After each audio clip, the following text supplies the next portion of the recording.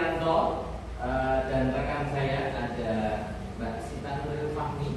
Kali ini kita akan belajar bersama dan tentunya saya selaku calon guru penggerak dan Mbak Sita juga calon guru penggerak angkatan 11 Kota Semarang. Kami perlu bantuan, perlu masukan dan wawasan baru. Mungkin Bapak Ibu guru yang ada di hadapan kami ini lebih jauh ilmunya, lebih tinggi, lebih mumpuni, dan kami sedang tahap belajar, mohon bimbingannya selalu. Yang terhormat, hari ini Ibu Sri Mayanti selaku kepala sekolah dan Bapak Ibu guru semuanya yang berbahagia. Apa kabar Bapak Ibu? Alhamdulillah, luar biasa ya. Tentunya luar biasa. Dan nanti 1 jam bersama kami, ya, 1 jam bersama kami karena memang ada beberapa hal tentang budaya positif, menyebarkan pemahaman penerapan pengalaman budaya positif pada komunitas praktisi SD Negeri Berhubungan Semarang. Nah, perlu diketahui komunitas praktisi atau kombel atau komunitas belajar di SD Berhubungan kita beri nama Kombel BOS, ya, BOS Berhubungan Open Study, ya. Jadi teman-teman semuanya kita saling belajar, saling memberi masukan, memberi saran untuk kepentingan SD Berhubungan kita bersama. Ya, baik, bisa dipandu untuk slide berikutnya. Nah, walaupun agak sedikit terlambat live streamingnya, jadi mohon maaf yang sudah beberapa waktu lalu 15 menitan yang lalu sudah on. Kami bisa mulai untuk jam ini karena memang ada sedikit kendala. Nah, budaya positif di SD Negeri Berhubungan Semarang sebenarnya sudah mulai dijalankan. Apa sih budaya positif itu? Kita sudah mulai bersalam-salam, bersapa salam, kita mulai berjabat tangan, kita mulai senyum. Itu salah satunya budaya positif. Ya, apalagi yang senyum-senyum sendiri ya. Jadi yang sudah di belakang senyum-senyum sendiri itu juga termasuk budaya positif. Karena kekuatan aura-aura orang yang luar biasa itu akan terpancar walaupun di belakang. Ya. Konsep inti budaya positif Bapak Ibu ini ada 8. Yang pertama, perubahan paradigma belajar. Yang kedua, disiplin positif. Yang ketiga, nilai-nilai kebajikan. Yang keempat, kebutuhan dasar manusia. Kelima, ada motivasi perilaku manusia. Keenam, posisi kontrol guru. Kontrol guru Bapak ya. Ketujuh, ada keyakinan kelas. Dan kedelapan, ada segitiga restitusi. Ya. Baik Bapak Ibu yang luar biasa ini dari SD Negeri Berhubungan dan teman-teman semuanya yang live di channel YouTube kami. Dan kali ini sebelum saya akan lanjutkan terkait perubahan paradigma, disiplin positif, nilai kebajikan, kebutuhan dasar manusia, sebelumnya kita akan sedikit mencoba untuk merelaksasi Bapak Ibu dengan cara apa? Ice breaking ya, ice breaking. Tentunya teman-teman semuanya sudah tahu namanya ice breaking itu seperti apa. Dan ini juga masih baru belajar Bapak Ibu. Nanti mohon mungkin Bapak Ibu guru yang punya ice breakingnya lebih bagus bisa ditampilkan untuk ilmu kami. Ya, Bapak Ibu mohon izin kali ini sebelumnya coba bisa ditepukkan tangannya. Iya, sekali yuk. Yang keras, yang keras, yang keras. Tepuk tangan dengan saya. Bapak Ibu semuanya. Nah, terkait dengan tepuk tangan, pernah mendengar lagu Naik Jerman Bapak Ibu? Pernah ya? Pada hari Minggu ku turut ayah ke kota, naik delman istri di muka. Bisa ya? Iya. Ya ini yang senior sudah lebih jago ini namanya. Nah kita pakai tepuk, tapi pada hitungan ya, hitungan 1, 2, 3, 4, 5, 6, 7, 8. Bisa? Ya, coba 1, 2, 3, 4, 5, 6, 7, 8. 2 kali tepuknya. Bisa? Bisa cepat yo. 1, 2, 3, 4, 5, 6, 7, 8. Tepuknya apa Mbak? Gitu ya. 1, 2, 3, 4, 5, 6, 7. Iya. Kita sambil bernyanyi. Pada hari Minggu ku turut ayah ke kota, naik delman istimewa, ku duduk di muka, ku duduk samping Pak Kusir yang sedang bekerja, menghindari kuda supaya baik jalannya. Hai, tukik takik tukik takik tukik takik tukik takik tukik tak suara sepatu kuda. Tukik takik tukik takik tukik takik tukik takik tukik tak suara sepatu kuda. Ya, ini sudah biasa dan saya yakin Bapak Ibu semuanya sudah lebih jago. Ya, Bapak Ibu.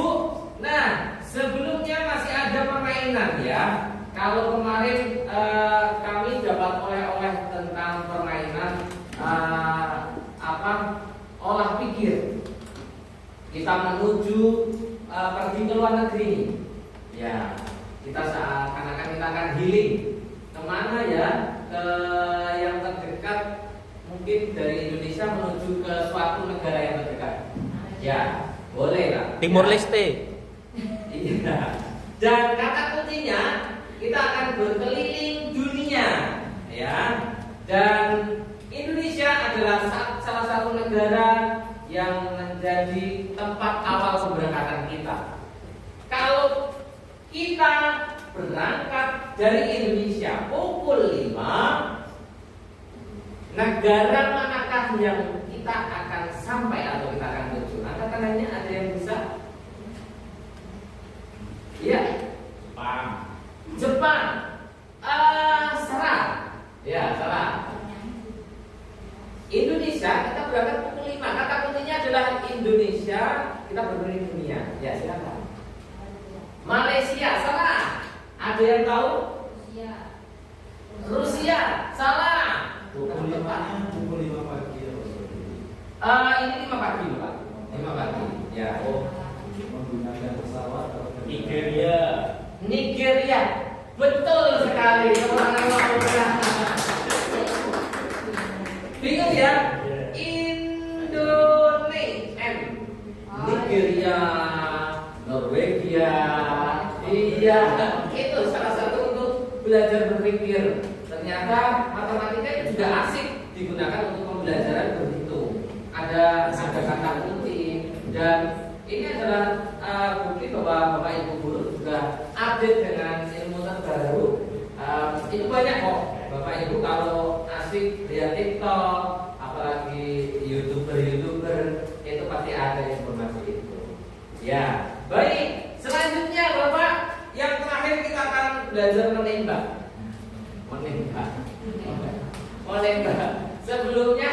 Sebelumnya kalau ada angkat tangan begini, saya mengangkat tangan begini, 2 tangan, silakan Bapak Ibu teriakan dulu, ya yang semangat ya. Coba, lu ada suara.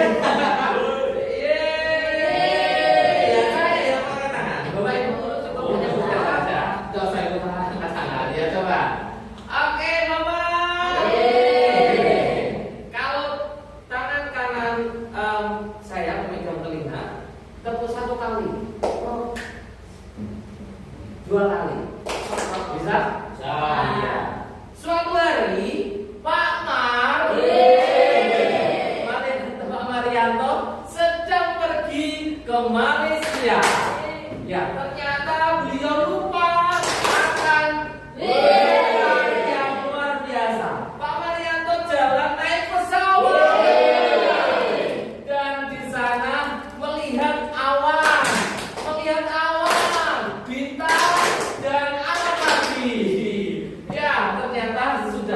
Malaysia, Pak Madu dengan bahagia dan terpesona. Baik Bapak Ibu, masih menunggu? Ya, ternyata di sana bertemu dengan Pak Mira, ada Pak, iya Pak In, ada juga Pak Musin, ya, dan teman-teman semua.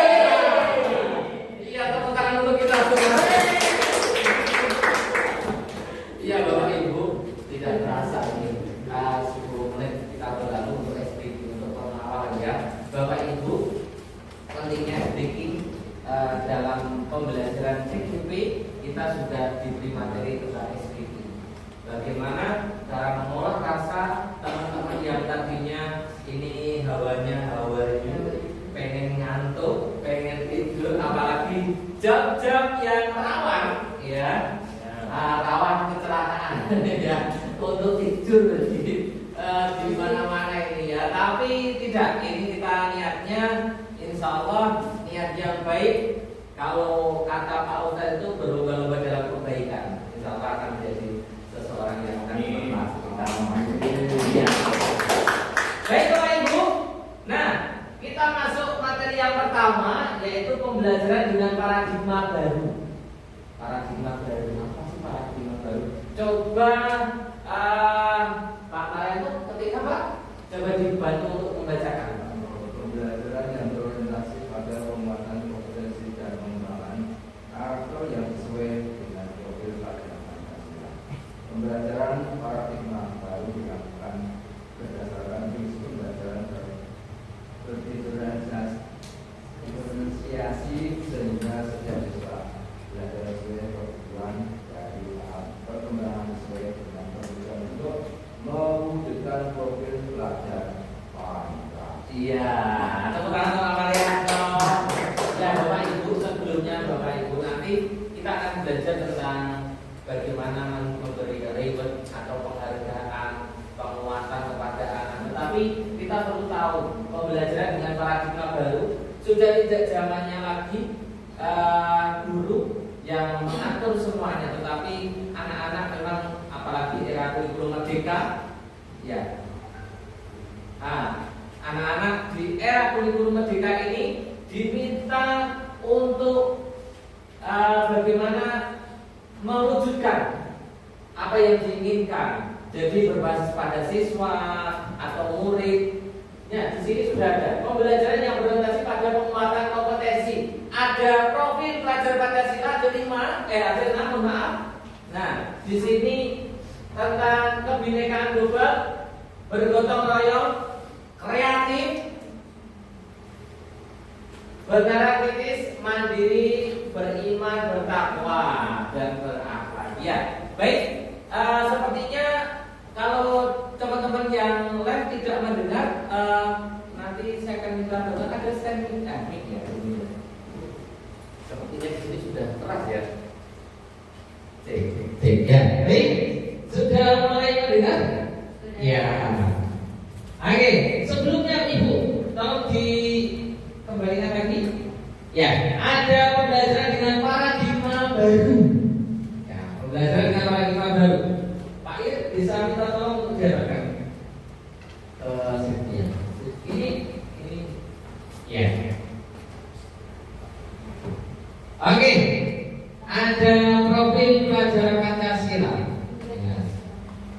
Ternyata tidak terdengar ya. Oke, tidak terdengar.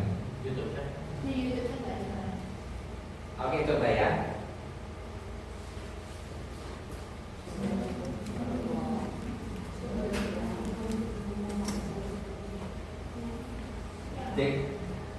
Cek.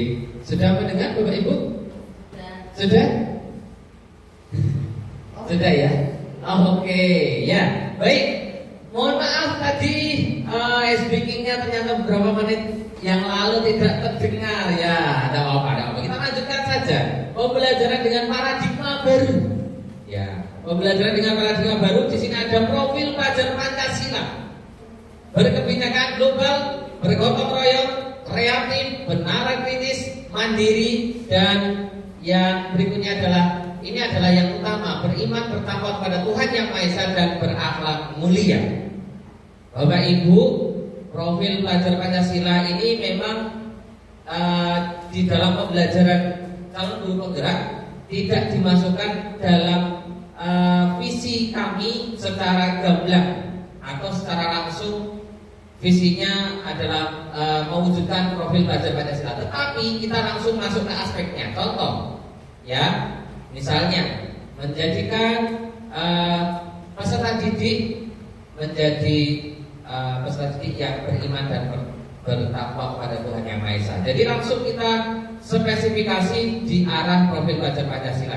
Jadi ini adalah ilmu baru bagi kami, yang mana kita hanya mengetahui profil pelajar Pancasila itu seperti itu. Ternyata tidak, ya, ada yang lebih baru lagi. Baik, selanjutnya miskonsepsi. Ya, miskonsepsi tentang teori kontrol. Bapak Ibu, ini tentang teori kontrol. Satu, ada ilusi guru mengontrol murid. Kenapa kok bahasanya ilusi? Namanya di sini miskonsepsi. Berarti ada ketidaksinergian atau ketidaknyambungan dengan teori kontrol yang benar. Kita guru mengontrol murid ini benar menurut kami, menurut kita semua. Tetapi ada kalanya menjadi hal yang tidak benar ketika kita mengontrolnya dengan tidak kondisinya yang tepat atau bahasa yang sesuai. Nah, yang kedua, ada ilusi bahwa semua penguatan positif, efektif, dan bermanfaat. Semua penguatan positif, semua penguatan itu positif. Tidak. Jadi tidak semua penguatan itu positif. Bisa jadi kalau kita selalu setiap saat memberitahu, mengingatkan terus, itu malah jadi tidak positif. Malah anak-anak terkesannya bosen, boring. Sudah apa tuh kok diulang-ulang terus? Ya. Yang berikutnya ada ilusi bahwa kritik dan membuat rasa bersalah mampu menguatkan karakter. Kita ada siswa kita yang salah, kita tegur. Tetapi menegurnya di depan umum. Satu sisi kita niatnya menegur untuk kebaikan, hal positif, dan menjadikan contoh anak-anak yang lain biar tidak seperti itu. Ternyata di sisi lain ini adalah karakter yang bisa membunuh atau mewujudkan rasa bersalah ke anak, dan dia akan menjadi anak yang minder, akan menjadi anak yang tidak mau terbuka, malah justru apa ya namanya bahasa yang sekarang itu, menyendiri atau terpuruk. Ya. Terus yang berikutnya, ilusi seorang dewasa berhak memaksa. Tidak, Bapak Ibu. Bapak Ibu guru tidak harus memaksa muridnya harus selesai materi ini, harus mencapai ini, harus nilainya baik. Tidak. Apalagi sekarang sudah disampaikan oleh kementerian dan pemerintah semuanya sudah menyepakati bahwa kurikulum merdeka, anak-anak dibebaskan walaupun tidak mencapai target A, B sudah tercapai, itu sudah cukup. B tidak tercapai, C tercapai, itu sudah cukup. Tidak harus semua mencakup aspek, semuanya itu harus terwujud tuntas semuanya. Tidak, Bapak Ibu. Karena anak sekarang ini kita sudah belajar juga tentang anak yang model tipikal visual, auditori, kinestetik, itu kita sudah belajar. Manakala kita menyampaikan seperti ini, ceramah, bisa jadi ada anak yang tidak mood atau boring dengan model seperti ini, karena dia tipikalnya tidak tipikal kinestetik. Mungkin bisa jadi dia hanya visual, melihat gambar, atau bahkan lihat audio visual atau auditori. Nah, jadi kita tampilkan YouTube, ada gambar, ada musiknya, itu lebih mengena mungkin. Jadi kita harus pandai-pandai untuk mengetahui apa yang diinginkan anak-anak atau murid-murid kita. Jadi jangan memaksa. Yang berikutnya, Bu, mengubah paradigma stimulus respon, kesepakatan, ke pendekatan teori kontrol. Mohon maaf, saya ulangi, mengubah paradigma stimulus respon. Ada stimulus, ada respon. Ke pendekatan teori kontrol. Jadi kita memberikan stimulus, memberikan stimulan, nah ada respon yang terjadi ke anak-anak. Manakala kita diam, anak-anak akan diam. Tetapi kita memberikan umpan, memberikan kata-kata pemantik, atau mungkin pancingan-pancingan berupa bisa cerita atau nyanyian, mereka akan menyaut dengan itu. Termasuk dengan gerakan kayak tadi. Ya, Pak Marianto pergi ke Malaysia, woi. Ya. Terus di sana naik pesawat. Di kanannya mendengar roh ada. Nah, itu kita bisa membuat anak-anak menjadi tertarik. Anak-anak menjadi tertarik, Bapak Ibu. Nah, stimulus dan respon termasuk teori kontrol di sini sudah kita analisis. Stimulus respon kita mencoba mengubah agar orang berpandangan sama dengan kita. Tetapi pada teori kontrol kita itu berusaha memahami, bukan mengubah, tetapi kita yang memahami. Kalau kita mengubah, itu sudah punya karakter sendiri-sendiri, sudah punya style sendiri-sendiri. Kita mengubah itu sepertinya akan lebih susah daripada kita harus mengubah seperti itu. Kita berusaha untuk memahami pandangan orang lain tentang dunia. Jadi kita yang lebih memahami mendalam. Jadi misalkan ada beberapa teman-teman kita yang berbeda pendapat dengan kita tidak bisa memaksakan kehendaknya, tetapi kita bisa mencoba untuk apa sih yang dimau, apa yang diinginkan begitu. Perilaku buruk dilihat sebagai suatu kesalahan, tidak cukup sampai minta maaf. Biasanya saya pun masih sering salah. Tidak hanya cukup minta maaf, silakan kelas dibersihkan. Nah, itu ternyata salah, Bapak Ibu. Anak-anak berbuat salah, dia sudah minta maaf, mengakui kesalahan, harusnya sudah cukup. Tetapi kadang saya pun koreksi, introspeksi untuk diri saya.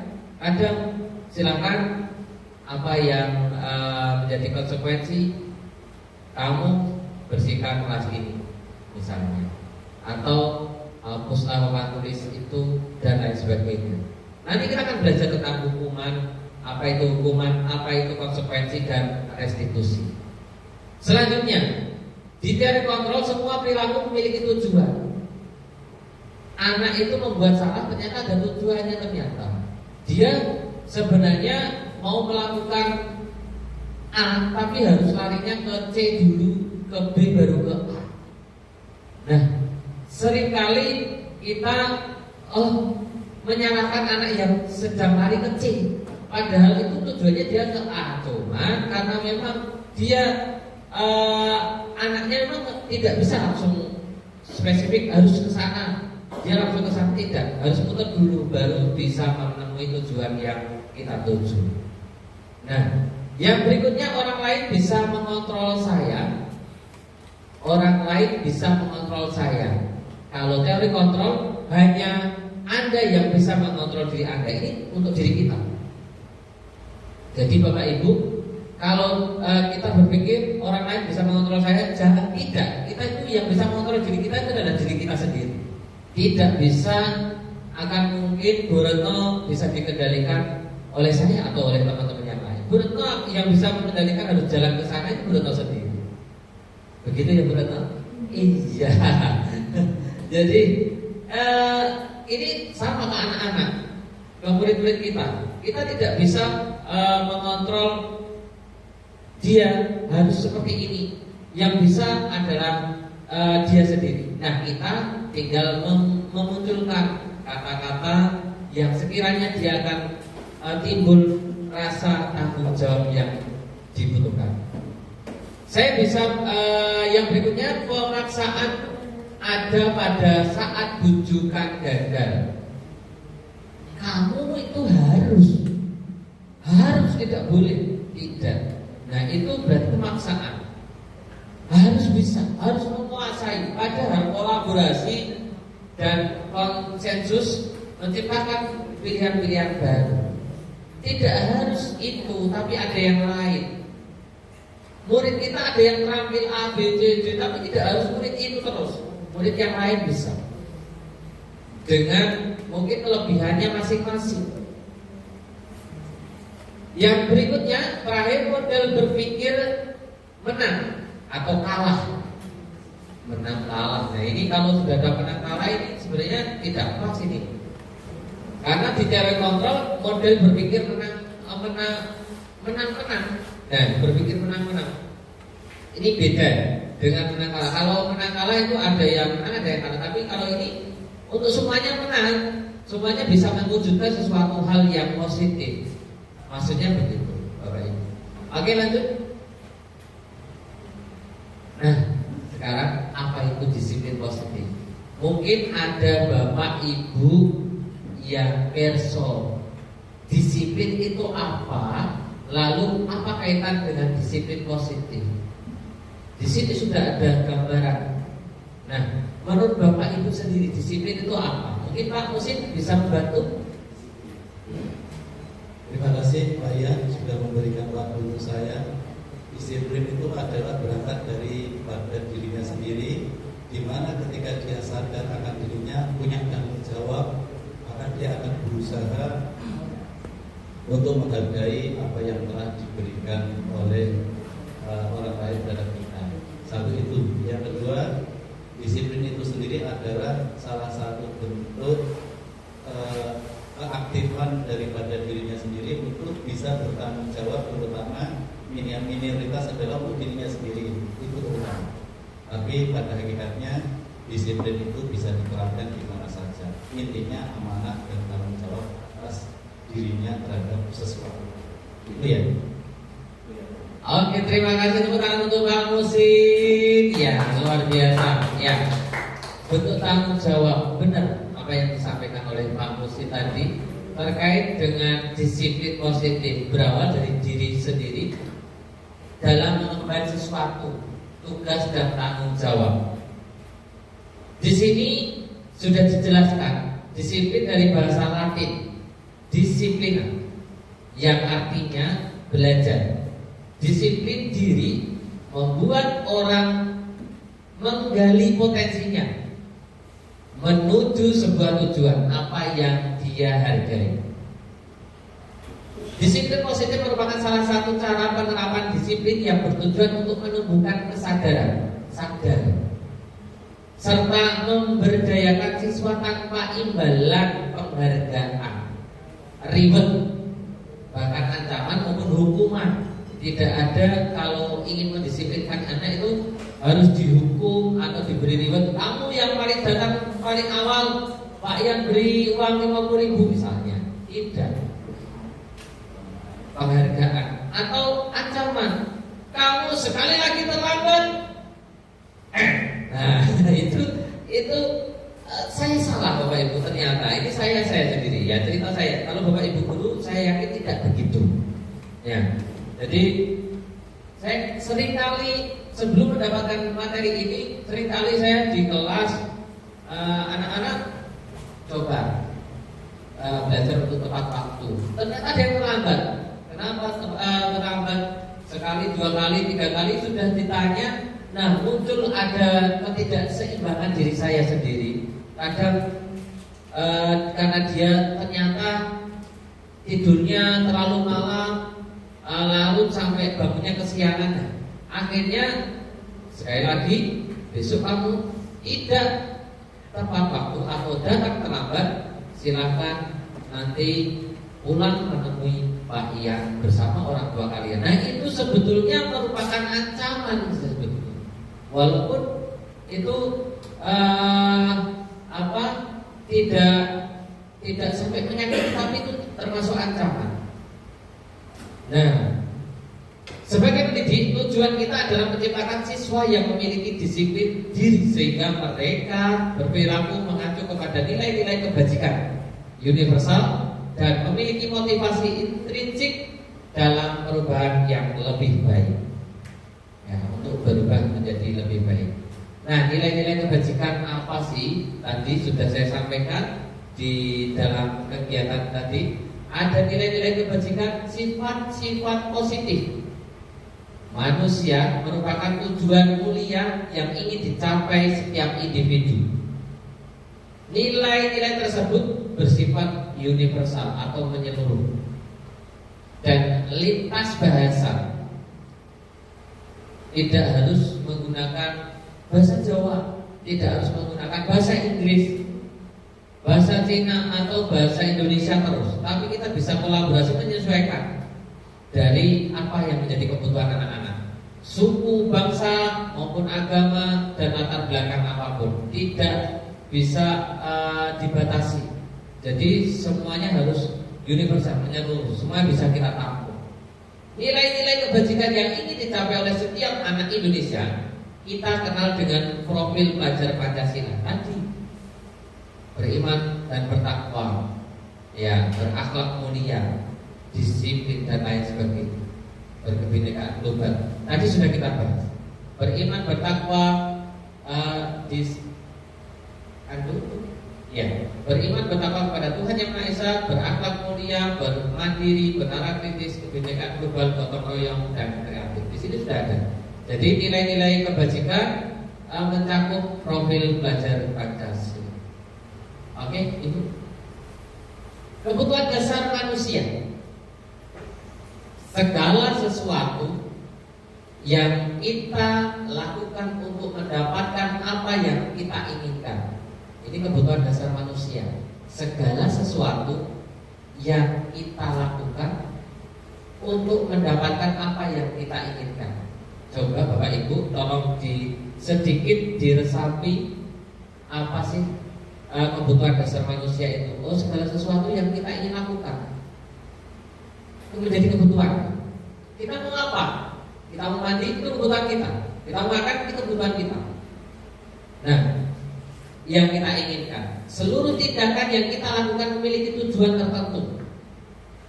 Kita mau pulang naik kendaraan, melewati sana, itu tujuan kita. Tujuannya kita mau pulang, lewatnya sana. Dan semua usaha terbaik kita lakukan adalah dalam rangka agar kebutuhan dasar kita terpenuhi dengan baik. Ya, jadi seluruh tindakan yang kita lakukan memiliki tujuan, itu adalah kebutuhan dasar manusia. Oke, Bu? 5 kebutuhan dasar manusia. Bertahan hidup, kasih sayang dan rasa diterima, penguasaan, kebebasan, kesenangan. Bapak Ibu, di sini kesehatan. Nah, ini bertahan hidup dengan kesehatan, rumah, makanan, ini termasuk kebutuhan kita. Kebutuhan dasar manusia. Kesehatan kita ingin sehat. Yang hari ini mungkin agak sedikit minat atau flu dan lain sebagainya, kita ingin sehat. Itu termasuk kebutuhan kita. Rumah, makanan. Yang belum punya rumah pun ingin punya rumah. Yang sudah punya rumah ingin ikut kos-kosan, ingin punya kos-kosan, punya kontrakan, punya yang lain sebagainya, dengan semua cara, baik itu langsung ataupun cicilan. Ini jadi curhat ini ya. Oke. Selanjutnya makanan. Nah, sudah tadi kita sudah bahas. Kasih sayang dan rasa diterima. Rasa diterima, dipedulikan, berbagi, kerjasama. Ya, kita diterima. Siswa ketika kita terima, dia akan mencoba akan menerima kita juga. Dipedulikan, berbagi, dan kita akan pasti bisa kerjasama dengan anak-anak yang kita akan tuju. Penguasaan, harga diri, keinginan untuk dianggap memimpin. Nah ini ya, ini penguasaan. Penguasaan kalau di konteks kita selaku pendidik, kita harus menguasai ya semua aspek dari beberapa materi yang akan kita lakukan, akan kita sampaikan ke anak-anak. Nah, di sini termasuk menjadi harga diri kita. Harga diri, kalau kita tidak menguasai, kita mau menyampaikan mocopat misalkan, kita tidak bisa nembang mocopat. Kalau kita mempraktekkan mocopat salah, itu malah jadi harga diri kita yang akan turun. Maka bagaimana caranya? Dengan cara yang lain. Tampilkan video, mungkin mendatangkan pakar. Di sini sudah ada pakarnya, mocopat misalnya, atau dibantu oleh teman-teman yang sekiranya mampu di bidangnya, atau dicontohkan melihat tayangan TV, televisi atau yang lain. Kebebasan mandiri. Nah, ini kebebasan. Di sini ada kebutuhan dasar manusia, ada kebebasan, ingin bebas, mandiri, memiliki pilihan. Nah, di sini anak-anak juga sepertinya ada tipikal anak yang ingin bebas. Kita di depan, ternyata ada anak yang di belakang itu ngobrol sendiri. Ternyata anaknya itu boring. Dia ingin bebas.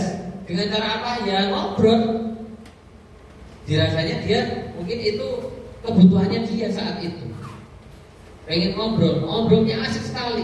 Bahkan gurunya tidak tahu, anaknya tidak tahu materi yang disampaikan oleh gurunya, karena dia asik menyampaikan apa yang menjadi kebutuhannya dia, cerita ke temannya. Nah, yang berikutnya ada kesenangan, humor, bermain, tertawa, antusiasme. Di sini sudah tadi kita sudah bersama-sama melewati itu Bapak Ibu, dan hari ini nanti kita akan mencoba untuk materi berikutnya yang akan disampaikan oleh Ibu Sita Nuril ya, sepertinya slide berikutnya. Oke, dan materi dari saya selaku materi tadi tentang disiplin positif dan sebagainya, kurang lebihnya mohon maaf. Kali ini akan disambung oleh Ibu Sita Nuril kepada Ibu Sita, disilakan.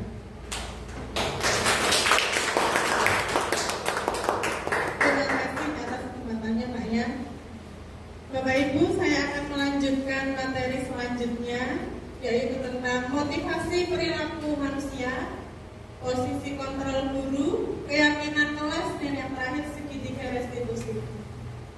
Lanjut Pak ya. Nah, motivasi perilaku manusia. Motivasi itu apa gitu Bapak Ibu? Motivasi dorongan. Jadi kita sebagai manusia itu punya motivasi untuk berperilaku. Kita mau berperilaku seperti apa? Nah, motivasi perilaku manusia ini ada yang secara eksternal, ada yang secara internal.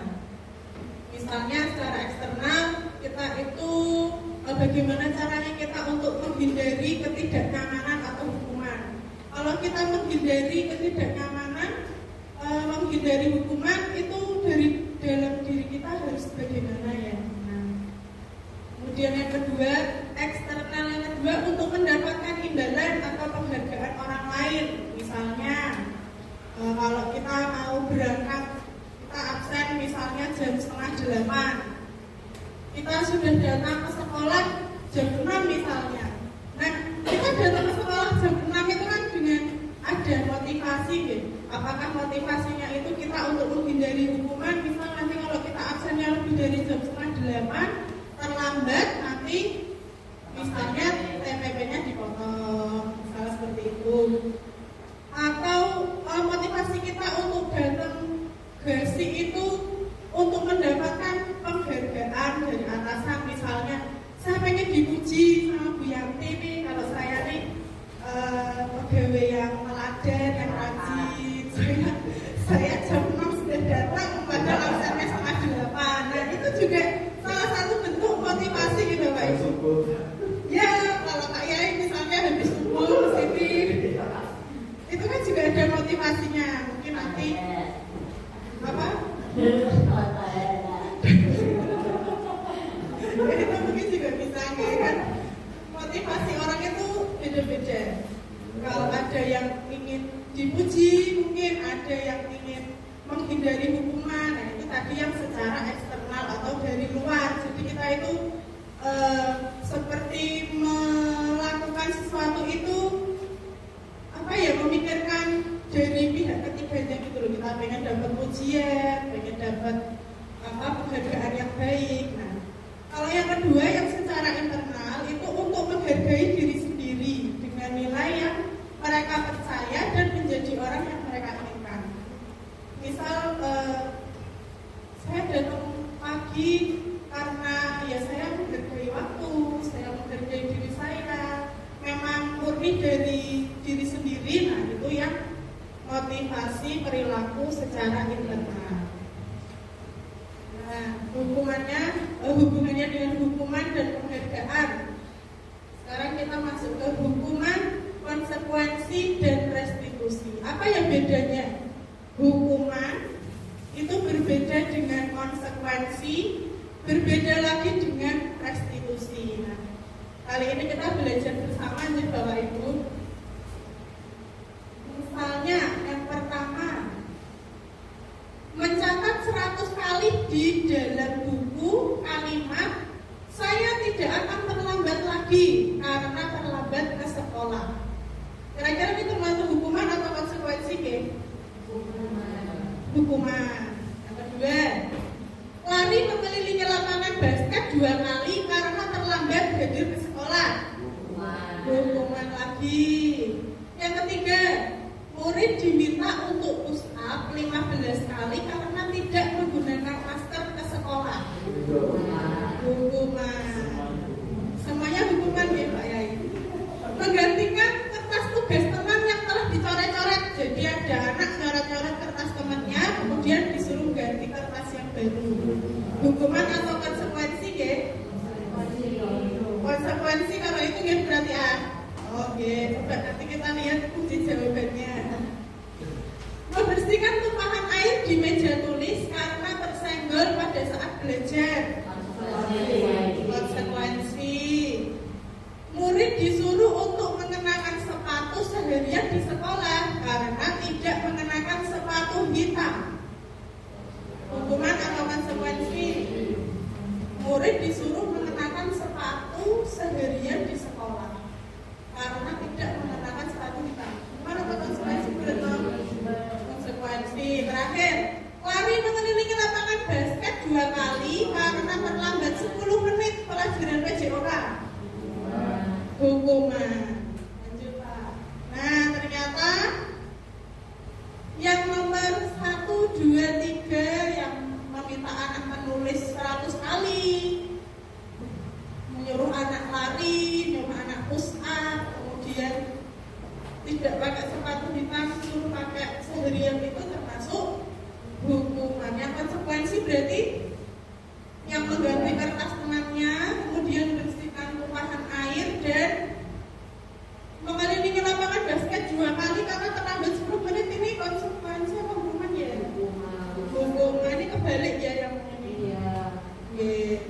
Berarti tidak kantor Bapak Ibu. Alhamdulillah. Selanjutnya, konsep disiplin dengan identitas gagal. Nah, kalau hukuman itu yang pasti kalau anak dihukum,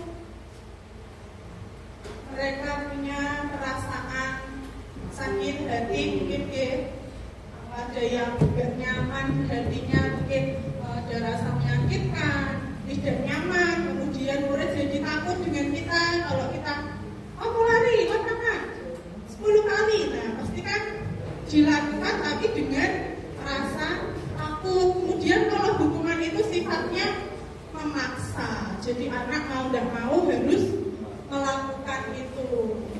Kemudian jika kita memberi hukuman, murid itu jadi menyembunyikan kesalahannya. Jadi anak menjadi tidak jujur, dia jadi bohong karena takut dihukum. Jadi mereka berbuat sesuatu itu seperti ada beban dan tidak ada kejujuran dengan guru, merasa tidak nyaman, seperti itu. Kemudian murid menjadi rendah diri, anak jadi rendah diri, jadi minder, dia jadi malu karena ya itu tadi, kalau mereka misalnya dihukum lari lapangan atau dijemur di lapangan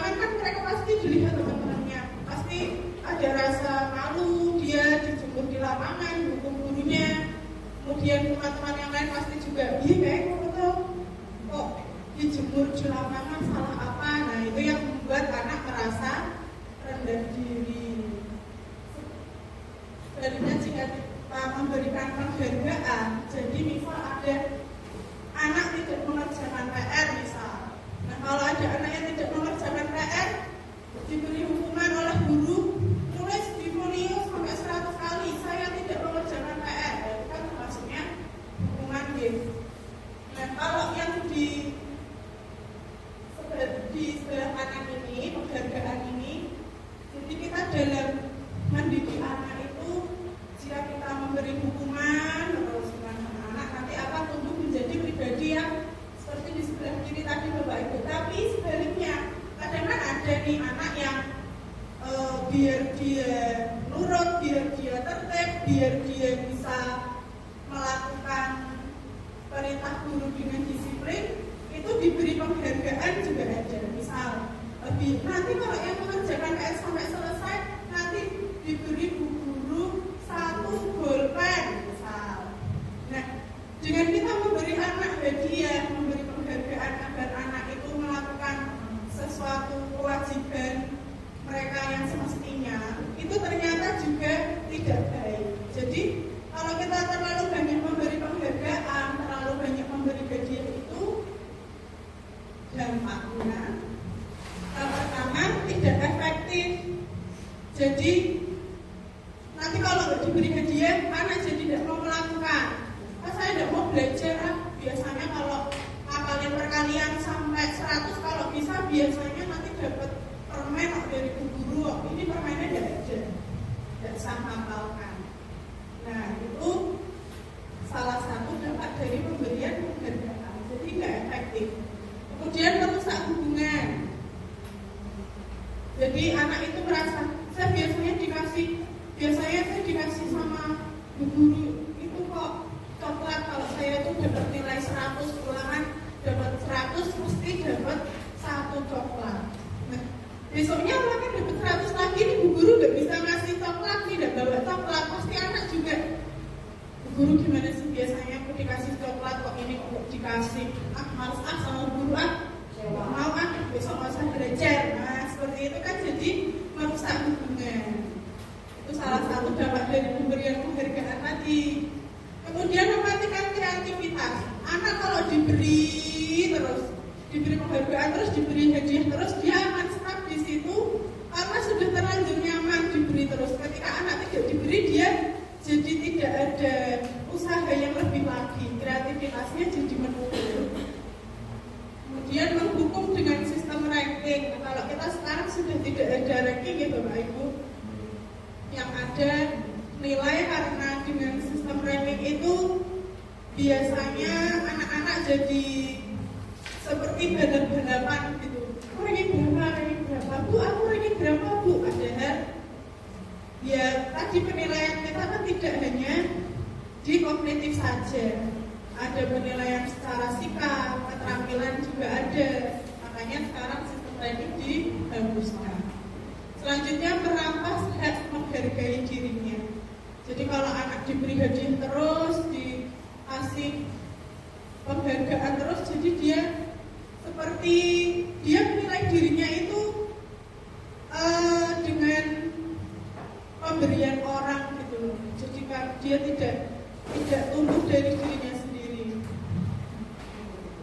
Selanjutnya, nah ini yang konsep disiplin dengan identitas sukses, konsekuensi dan restitusi. Tadi kita bisa membedakan konsekuensi dan hukuman. Jika konsekuensi tadi misalnya seperti anak bertanggung jawab atas perilakunya, kalau itu tadi yang konsekuensi. Kalau yang hukuman tadi kan dihukum oleh guru, dipaksa melakukan apa yang diminta guru. Dan kalau konsekuensi ini, kalau kita memberikan konsekuensi kepada anak ini, hasilnya kita bisa memberi penguatan kepada anak hanya jangka pendek saja. Misal anak tadi merusak kertas temannya, kemudian diminta mengganti kertas yang baru seperti yang tadi. Ini penguatan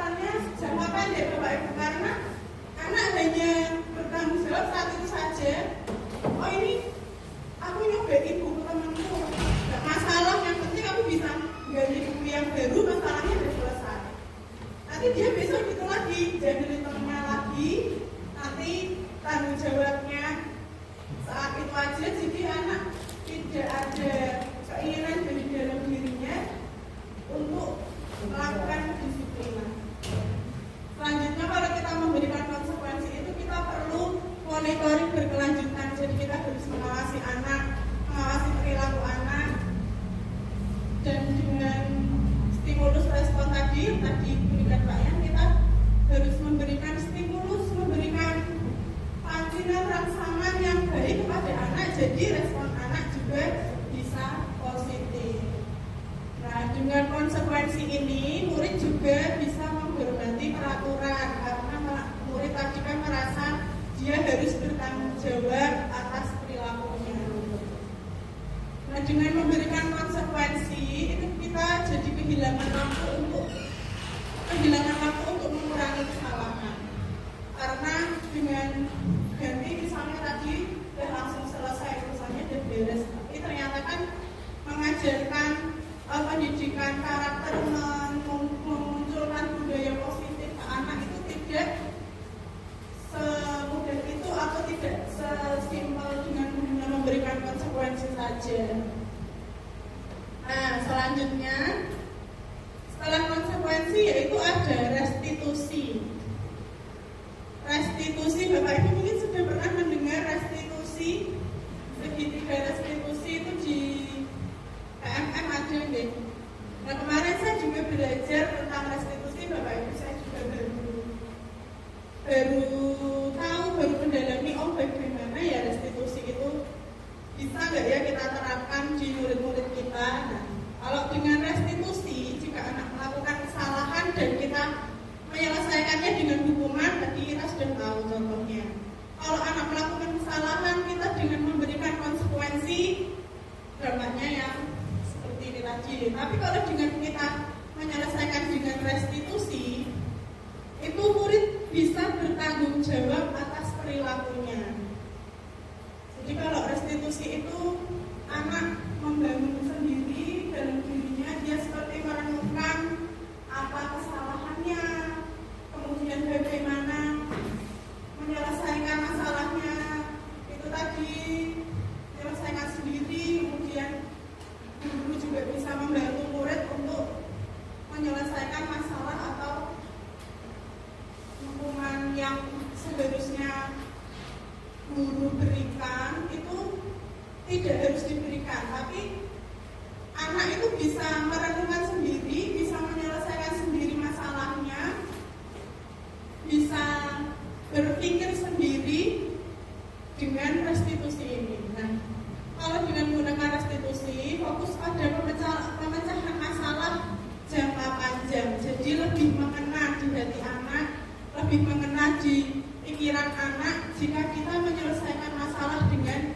restitusi. Murid jadi menghormati dirinya dan menghormati orang lain. Jadi dia akan tumbuh menjadi pribadi yang lebih baik itu karena kesadaran dia sendiri, bukan karena faktor eksternal tadi. Selanjutnya, jika kita menyelesaikan dengan teori kontrol, itu dirinya memegang kontrol. Jadi dia yang menentukan posisi dirinya sendiri harus bagaimana, harus seperti apa, seperti itu Bapak Ibu.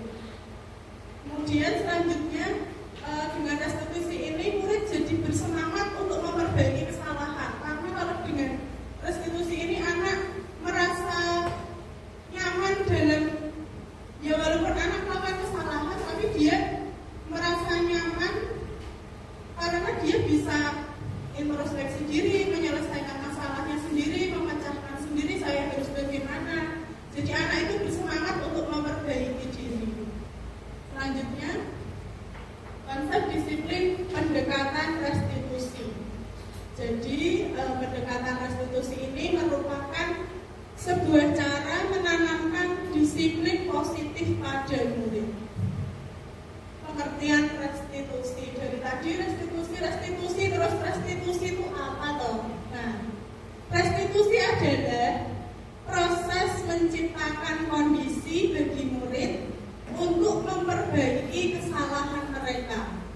sehingga mereka bisa kembali pada kelompok mereka dengan karakter yang lebih kuat. Jadi intinya kalau restitusi ini murid memperbaiki kesalahannya sendiri, tidak ada intervensi dari pihak.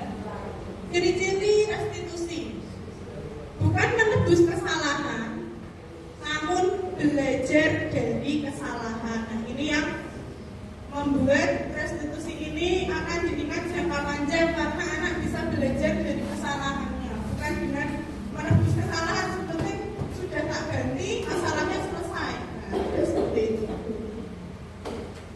Kemudian bisa memperbaiki hubungan antara murid dengan guru atau murid dengan murid, karena dengan restitusi ini anak jadi merenungkan dia itu menyelesaikan tidak dengan emosi, tidak dengan tidak terima, tapi memang benar-benar dia itu mengakui kesalahan dari dalam dirinya sendiri. Jadi memperbaiki hubungan.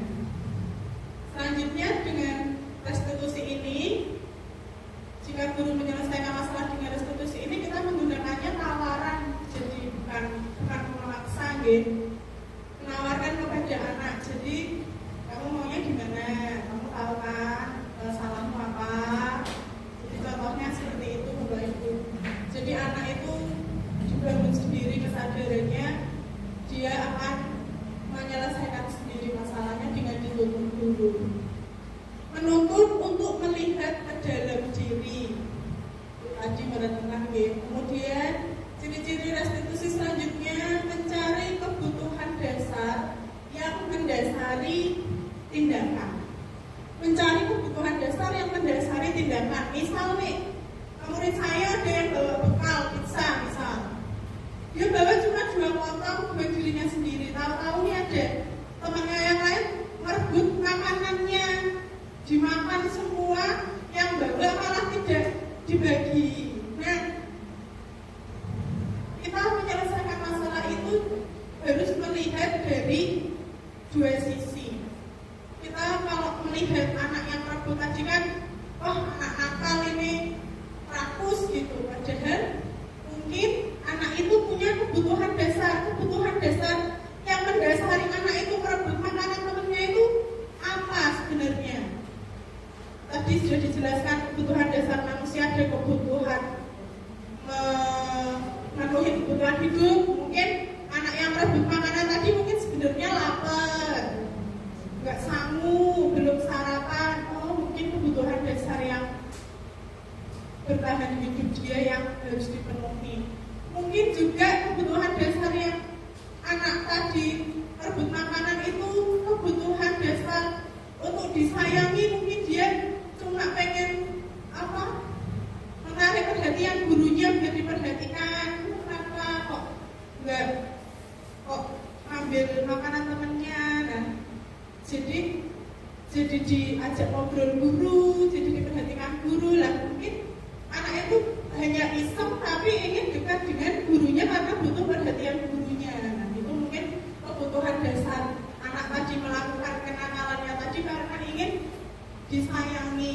Nah, kebutuhan dasar manusia tadi ada 5 ya Pak, macam-macam tadi. Mungkin jadi dengan restitusi ini kita itu harus melihat masalah itu lebih panjang, lebih luas, tidak langsung menyalahkan anak.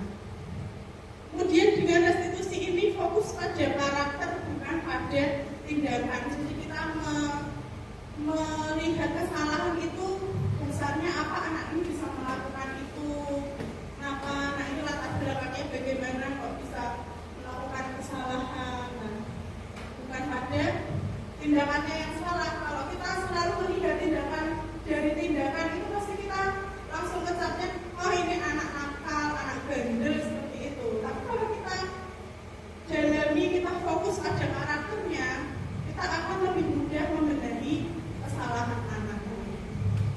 Kemudian dengan restitusi ini menguatkan dan fokus pada solusi. Jadi kalau dengan restitusi ini kita fokusnya pada solusinya, solusi dari masalahnya, penyelesaian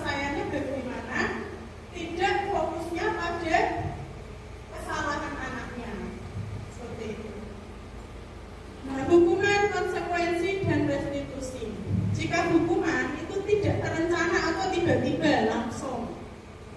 Murid tidak tahu apa yang akan terjadi atau tidak dilibatkan karena semua terserah gurunya mau menghukum apa. Kamu terlambat lari lapangan 5 kali.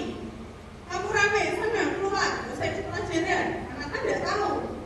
Tahu sudah disuruh gurunya. Nah, ciri-ciri yang pertama. Kemudian bersifat satu arah, tidak ada kompromi, tidak ada diskusi, tidak ada tawar-menawar, langsung hukuman. Bisa berupa hukuman fisik atau psikis.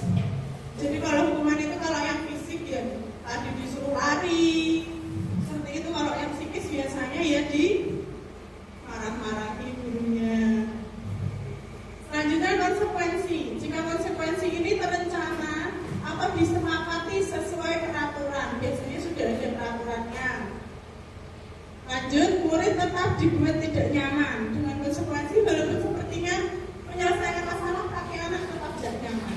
Kemudian sikap guru selalu memonitor murid. Nah ini tawaran yang paling baik yaitu restitusi, proses menciptakan kondisi bagi murid untuk memperbaiki kesalahan. Jadi anak bisa memperbaiki kesalahannya. Selanjutnya proses kolaboratif yang mengajarkan murid untuk mencari solusinya sendiri.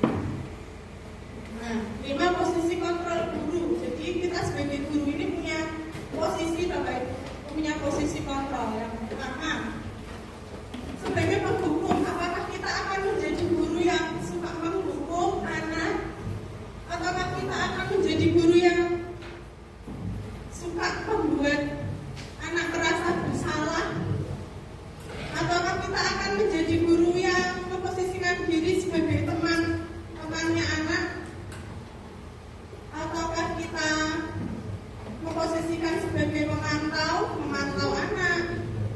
Nah selanjutnya posisi yang terakhir yaitu sebagai manajer. Sebagai manajer itu ya kita memantau anak juga masuk, kemudian mengamati anak dan memberi hukuman, membuat tata tertibnya, itu sebagai manajer. Contoh penerapan 5 posisi kontrol. Nah sini ada kasus siswa tidak memakai atribut lengkap saat upacara bendera. Kalau sebagai hukum pasti kita langsung menghukum anak, kamu tidak pakai atribut lengkap, bermain pada bendera selama 1 jam. Nah, sebagai penghukum. Kalau contoh sebagai pembuat rasa bersalah, itu bapak ibu guru itu berbicara kepada anak sehingga anak itu punya rasa bersalah. Berapa kali ibu bilang, berapa kali ibu harus memberitahu, kamu selalu saja mengecewakan ibu. Ibu sudah bilang terus, kamu lupa terus, selalu mengecewakan ibu. Nah itu akan membuat anak merasa bersalah. Selanjutnya kalau sebagai teman, kita berbicaranya dengan anak ya sebagai teman. Ayo dong ikuti aturan sekolah, tolong dong bantu ibu, sekali ini aja bantu ibu. Ya sudah lah tidak apa-apa, tapi ya lain kali jangan berbuat seperti ini lagi ya. Kamu ini tidak kasihan sama ibu, nanti ibu yang dimarahi kepala sekolah. Jadi kita sebagai teman, gimana atau kamu tuh kok lupa terus kan? Nah kira-kira kita bisa menentukan kita yang paling baik itu dalam menegur anak dalam menyelesaikan masalah anak ada di posisi mana? Apakah di posisi teman atau di posisi memantau juga ada. Kamu sudah melanggar peraturan sekolah ya, kamu tahu kan konsekuensinya. Nah, setelah upacara kamu beli ya berikutnya ya di koperasi ya sama Bu Isti ya. Jangan diulang lagi loh. Kamu tahu kalau salahnya di mana. Nah itu sebagai memantau. Jadi kita memantau murid. Kamu nggak pakai atribut, langsung beli di koperasi. Apa komunikasinya dengan anak aja Bapak Ibu kalau ini. Selanjutnya sebagai manajer. Kalau sebagai manajer ini agak kaku ya. Apakah kamu tahu kesalahanmu? Kira-kira bagaimana kamu memperbaiki kesalahanmu? Jadi agak formal gitu kalau manajer. Kalau kita Bapak Ibu guru nyamannya kalau menegur anak, menyelesaikan masalah anak sebagai apa ya enaknya ya? Sebagai teman ya. Tapi kalau sebagai teman itu nanti konsekuensinya ya kita jadi kurang dihargai, oke. Jadi turun harga dirinya. Lanjut Pak. Nah, posisi kontrol apakah aku? Saya kecewa sekali dengan kamu. Posisi kontrol apa ini tadi Bapak Ibu? Membuat anak merasa bersalah. Selanjutnya Pak, apa rencanamu menyelesaikan masalah ini? Ini berarti posisi kontrol apakah ya? Pemantau. Ayolah lakukan demi ibu ya, lakukan ya demi ibu ya. Sebagai posisi kontrol sebagai teman ya. Lanjut. Kamu tidak pernah mendapatkan nilai jika kamu tidak melakukan tugas. Posisi kontrol apa ya ini? Manajer. Nah, selanjutnya keyakinan kelas. Mengapa keyakinan kelas? Mengapa bukan peraturan kelas? Ada yang bisa menjawab? Kalau tidak bisa lanjut. Pembentukan keyakinan kelas. Jadi kita sebagai yang guru kelas, guru mapel juga bisa membuat keyakinan kelas. Kan setiap guru mapel salah kelasnya banyak ya, ada 12 di sini ya.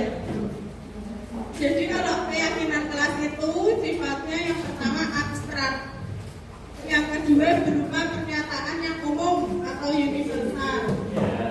Kemudian dibuat dalam pernyataan positif. Kemudian sedikit saja agar mudah diingat, jadi tidak usah banyak-banyak. Kemudian sesuai dengan kondisi kelas dan sekolah sehingga mudah diterapkan. Selanjutnya semua warga sekolah dilibatkan saat membuat keyakinan kelas. Nah, contoh kesepakatan kelas. Di kelasnya Bu Vivi ada ini peraturan ruang kelas. Jaga kebersihan ruang kelas kita. Mari membantu kapanpun kita bisa. Taruh kembali barang di rak yang tepat. Bicaralah dengan guru jika kamu memiliki masalah. Mari lakukan yang terbaik. Itu adalah keyakinan kelas dari kelas 5B. Nah, kita bisa membuat keyakinan kelas sendiri ya Bapak Ibu. Jadi caranya kita bisa membagikan kertas ke anak-anak, kemudian kita tawarkan ke anak-anak. Kita membuat keyakinan kelas apa ya? Kalau anak-anak masih bingung tentang keyakinan kelas, kita bisa memberi contoh dulu. Ini loh contoh yang sudah jadi keyakinan kelasnya nih. 1. Masuk kelas tepat waktu. 2. Mendengarkan penjelasan guru. 3. Menjaga kelas tetap bersih. Jadi anak sudah tahu gambaran seperti itu. Kemudian anak diminta menulis. Kemarin kalau di kelas saya banyak yang nulis tidak boleh mengejek teman, tidak boleh mengejek nama orang tua. Ya tidak apa-apa, dituliskan saja. Kan itu kesepakatan kelas kita. Tidak boleh membuang sampah di laci misalnya. Lanjut. Nah, ini yang tadi tentang segitiga restitusi. Jadi segitiga restitusi itu ada 3 tahapan. Yang pertama menstabilkan identitas. Menstabilkan identitas murid. Jadi kalau murid itu melakukan kesalahan, kita stabilkan dulu. Kamu kenapa kemarin membuat kesalahan? Kamu akhir-akhir ini kita lihat kamu kok bajunya kok tidak sesuai sama peraturan, kenapa? Nah, kita menstabilkan identitas murid dulu di posisi yang dia itu memang salah. Kemudian validasi tindakan yang salah. Validasi tindakan yang salah. Selanjutnya, setelah anak tahu kalau dia memang salah, sudah valid nih dia memang salah. Nah, kita selanjutnya menanyakan keyakinan ke anak untuk menyelesaikan masalah tadi. Jadi segitiga restitusi itu suatu proses yang dijalankan oleh guru agar mendapatkan murid yang mandiri dan bertanggung jawab. Menstabilkan identitas tadi ya berdasarkan prinsip membuat kesalahan adalah bagian dari proses pembelajaran. Jadi kalau anak membuat salah itu bukan karena anak itu nakal, anak itu bandel, tapi itu merupakan proses pembelajaran. Misalnya kita dengan kalimat pemantiknya ke anak nih, berbuat salah itu wajar. Nah, awalnya dengan kalimat seperti itu, tidak apa-apa, manusia tidak ada yang sempurna, tidak apa-apa kamu melakukan kesalahan. Ibu juga pernah melakukan kesalahan seperti itu, ibu juga pernah salah pakai seragam misalnya. Ibu tidak mencari siapa yang salah, tapi ibu ingin mencari solusi dari permasalahan ini. Itu bagian dari menstabilkan identitas. Kamu berhak kok merasa begitu misalnya. Lanjut, yang kedua, validasi tindakan yang salah. Dimunculkan dengan kalimat, kamu pasti punya alasan kenapa melakukan itu. Jadi benar kan anak melakukan kesalahan itu, tapi kita tekankan lagi, kamu pasti punya alasan kenapa melakukan itu. Padahal kamu bisa melakukan yang lebih buruk dari ini, tapi kamu tidak melakukan itu. Nah, itu kan anak merasa dia lebih dihargai, lebih merasa dianggap sebagai, bukan sebagai anak yang nakal, tapi sebagai orang yang sedang belajar, kemudian dia melakukan kesalahan, dia diajak untuk mencari solusi dari masalahnya. Kamu patut bangga karena telah melindungi sesuatu yang penting buatmu. Kamu melakukannya karena mempertahankan sesuatu yang penting bagimu kan. Nah, jadi validasi tindakan yang salah itu prinsipnya setiap perilaku berupaya memenuhi kebutuhan tertentu. Selanjutnya, menanyakan keyakinan. Berdasarkan prinsip teori kontrol bahwa pada dasarnya kita termotivasi secara intrinsik. Di menanyakan keyakinan ini ya kita mengkonfirmasi lagi ke anak bagaimana cara anak menyelesaikan masalahnya dengan solusinya sendiri. Apa keyakinan kelas kita? Kira apa yang harus disepakati bersama? Seperti apa gambaran kelas yang ideal menurut kamu? Atau kamu ingin menjadi orang yang seperti apa? Nah, itu tadi bagian dari menanyakan keyakinan. Nah, ini kemarin bagian contoh pelaksanaan segitiga restitusi.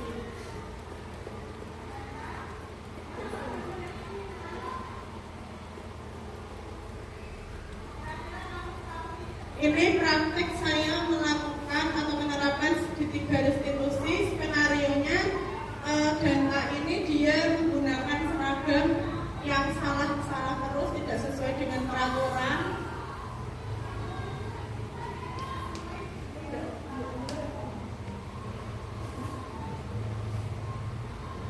Jadi begini nih Bapak Ibu, kalau anak-anak melakukan kesalahan, kita mempraktekannya tidak langsung menghukum, tidak langsung memberikan konsekuensi menghukum anak, tapi kita membuat anak, membuat jarak yang lebih dekat, kita lebih menyelesaikannya lebih dalam seperti itu. Dengan begitu anak bisa menyelesaikan masalahnya, kemudian dia lebih merenungkan dirinya sehingga tidak akan mengulangi lagi. Selanjutnya yaitu refleksi. Mungkin minta Bapak Ibu, saya minta tolong untuk refleksi hari ini.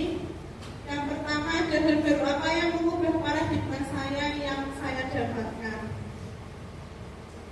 Mungkin bisa ke depan dari ini, mungkin yang dapat mengubah paradigma Bapak Ibu setelah pemaparan kami tentang ada restitusi, ada hukuman, ada konsekuensi tadi, ada posisi kontrol guru. Yang kedua, perasaan yang muncul selama mengikuti sesi ini, khususnya mengenai makna disiplin dan motivasi intrinsik. Yang ketiga, peran among seperti apa yang saya telah lakukan selama sesi ini. Dan yang terakhir, saya akan menjadi among yang seperti apa setelah mengikuti sesi ini. Mungkin bisa secara umum atau secara global saja. Mungkin Bapak Ibu bisa mewakili. Monggo Bu Disti, terima kasih.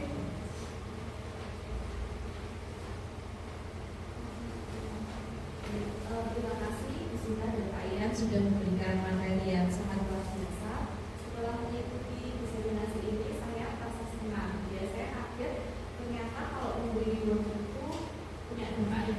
dan posisi membuat anak kemudian akan bisa mengalihkan kreativitas. Tapi saya juga senang karena setelah mengikuti sesi ini saya jadi tahu penggunaan lingkungan, kemudian konsekuensi, dan kemudian restitusi. Nah, yang ketiga tentang aku seperti apa yang bisa saya lakukan selama sesi ini mungkin lebih ke tempat ya, karena saya kebetulan mengajar di kelas kecil, jadi lebih banyak memposisikan diri tempat menulis untuk kemana. Setelah mengikuti diseminasi dari panjang kita, saya berharap saya bisa melakukan peran sebagai manajer di kelas. Terima kasih Pak Ian dan Bu Sita untuk ilmunya yang sangat bermanfaat.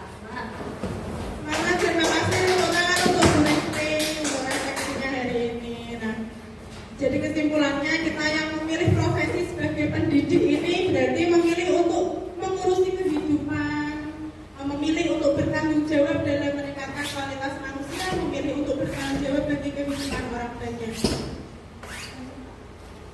Dalam penerapan program disiplin positif, hendaknya guru memiliki standar kepribadian, profesional dan sosial yang baik, di mana guru mampu merefleksikan dirinya sebagai among atau sebagai manajer seperti yang tadi Bu Listi sampaikan, dia yang menuntun murid-muridnya menjadi insan yang mandiri, merdeka dan bertanggung jawab sesuai dengan standar nasional pendidikan. Demikian pemaparan dari kami. Apabila ada kata-kata yang tidak berkenan, kami mohon maaf. Wassalamualaikum warahmatullahi wabarakatuh.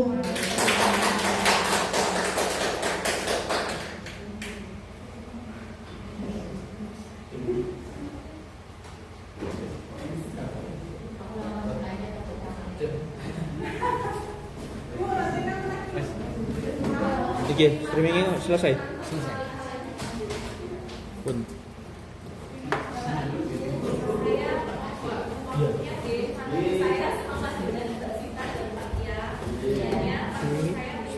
Selesai.